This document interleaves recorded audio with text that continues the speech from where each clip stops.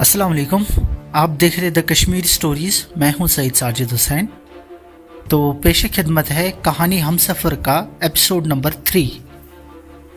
سر آپ سے کوئی علی صاحب ملنے آئے ہیں. ریسیپشن میں بیٹھی لڑکی نے کال کر کے کہا. ہاں ٹھیک ہے بھیج دو میرے کیبن میں، تیمور نے کہا اور کال بند کر دی. یس. دروازے پر دستک ہونے کے بعد تیمور نے کہا. دروازہ کھلا اور علی اندر داخل ہوا. پلیز تشریف رکھیں. تیمور نے لیپ ٹاپ سے نظر ہٹائے بغیر ہاتھ سے کرسی کی طرف اشارہ کرتے ہوئے کہا. علی کرسی پر بیٹھ گیا. تیمور نے نظریں اٹھا کر دیکھا تو یکدم آگ بگولا ہو گیا. تمہاری اتنی ہمت، تم یہاں کیسے آئے؟ دفع ہو جاؤ. تیمور نے اپنی کرسی سے کھڑے ہو کر غصے سے کہا. میری بات تو سنے تیمور بھائی، علی نے کہا.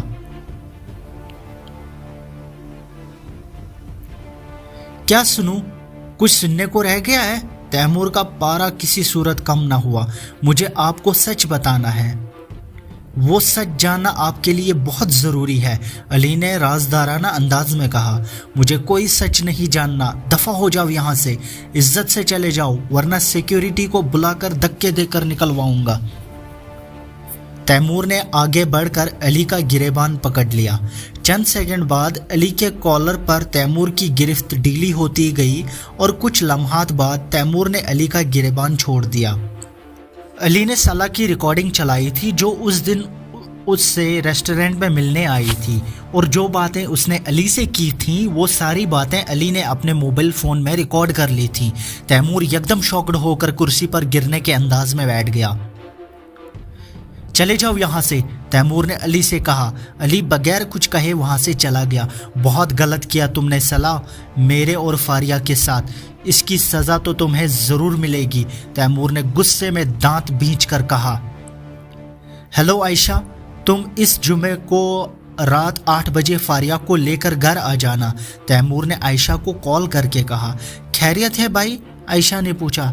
ہاں خیریت ہے، تیمور نے کہا اور کال کاٹ دی. میں نہیں جاؤں گی اس گھر میں اب. فاریہ نے دو ٹوک اپنا فیصلہ سنایا.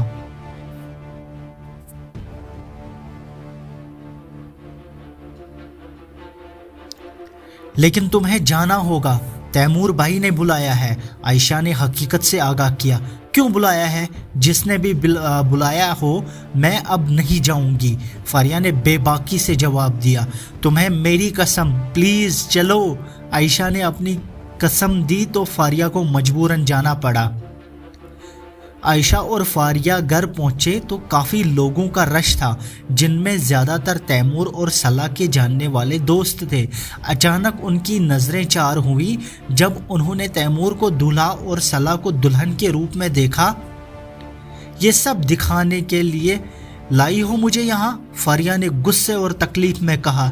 اس کی آنکھیں تیمور کو سلا کے ساتھ بیٹھے دیکھ کر نم ہونے کے ساتھ ساتھ نفرت اور غصے سے لال ہو گئی. عائشہ لاجواب ہو گئی. فاریہ واپس گھر جانے کے لیے پلٹی تو تیمور نے اس کا ہاتھ پکڑ لیا. یہاں میں نے تمہیں واپس جانے کے لیے نہیں بلایا، تیمور نے فاریہ کی آنکھوں میں محبت سے دیکھتے ہوئے کہا. لیکن میں جاؤں گی. کیا یہ سب دیکھنے کے لیے آپ نے ہمیں بلایا تھا؟ فاریہ نے جھٹک کر اپنا ہاتھ چھڑایا. عائشہ نے ان دونوں کو وہی چھوڑ دیا اور تقریب میں چلی گئی. سلا کو تیمور کو فاریہ کے ساتھ دیکھ کر بے چینی ہونے لگ گئی. نہیں، میں تمہیں کچھ اور دیکھنے کے لیے بلایا ہوں. آؤ تمہیں تمہارے نہیں بلکہ ہمارے مجرم سے ملواؤں. تیمور نے فاریہ کا ہاتھ دوبارہ پکڑتے ہوئے کہا. نہیں، میں کسی سے نہیں ملوں گی. میں ایک بد کردار عورت ہوں. فاریہ نے اپنا ہاتھ چھڑانا چاہا تو تیمور نے اسے کھینچ کر اپنے اور قریب کر لیا. نہیں ہو تم بد کردار. خبردار، آج کے بعد ایسی کوئی بھی بات اپنے منہ سے مت نکالنا. تم فاریہ تیمور ہو، میری صرف میری فاریہ.